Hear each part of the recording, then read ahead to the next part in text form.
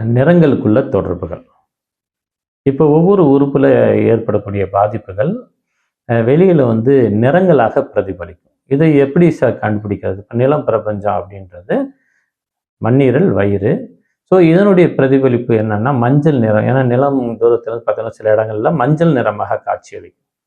So நாக்கில் மஞ்சளாக இருக்குது, கை வெளியில் போயிருக்கு, முகம் மஞ்சளாக இருக்குது, வேறு நகங்கள் மஞ்சளாக இருக்குது அப்படின்னா ஸோ மஞ்சள் நிறத்தை பிரதிபலிக்கக்கூடியது வயிறும் மண்ணீரில் உள்ள பிரச்சனைகள் உருவாயிருக்கு அப்படின்றத நம்ம கண்டறிஞ்சிக்கலாம்.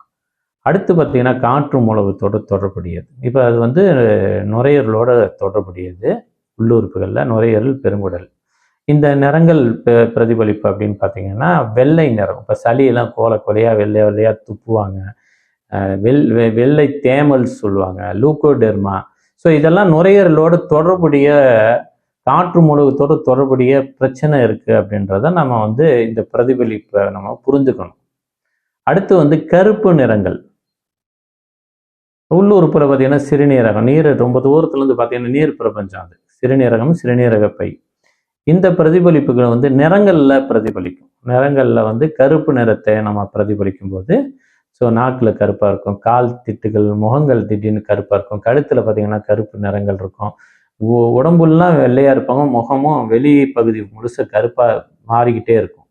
ஸோ இவங்களுடைய பிரதிபலிப்பு எங்கே ஆரம்பிக்குதுன்னா சிறுநீரகத்தில் இயக்கங்களில் பாதிப்பு வருதுன்றதை நம்ம முன்னறிப்பாகவே நம்ம கண்டறிஞ்சு சிகிச்சை அளிக்கும் போது இதெல்லாம் சரிப்படுத்தலாம்.